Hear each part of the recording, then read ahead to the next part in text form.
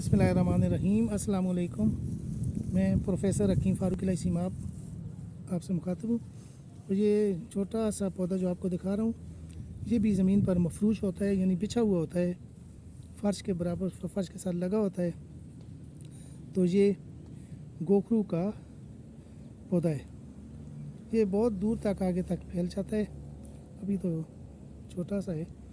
तो इसके साथ से पाँच कोनों वाले, नोकों वाले, कांटों वाले गोल गोल दाने लगते हैं, जिनको गोखरू कहा जाता है। और पखड़ा इनको ज़ुबान में बोलते हैं। इसकी भी दो किस्में हैं। एक के साथ ज़रा छोटे छोटे कांटे गोल गोल से फल लगते हैं। वो फल ही होता है, फूल तो इसका पीला सा होता है। वो फल ही है जो कांटों वाला भरा होता है। और एक के साथ ज़रा बड़े दाने लगते हैं, वो गोखरू कलां कहलाते हैं। और उसको तवे पर भून कर कांटे जलाकर फिर हम दुआ में इस्तेमाल करते हैं। और ख़ास तौर पर गुर्दों के लिए ये इसका फल जो होता है, जो कांटों वाला, तो बहुत ही मुफीद है।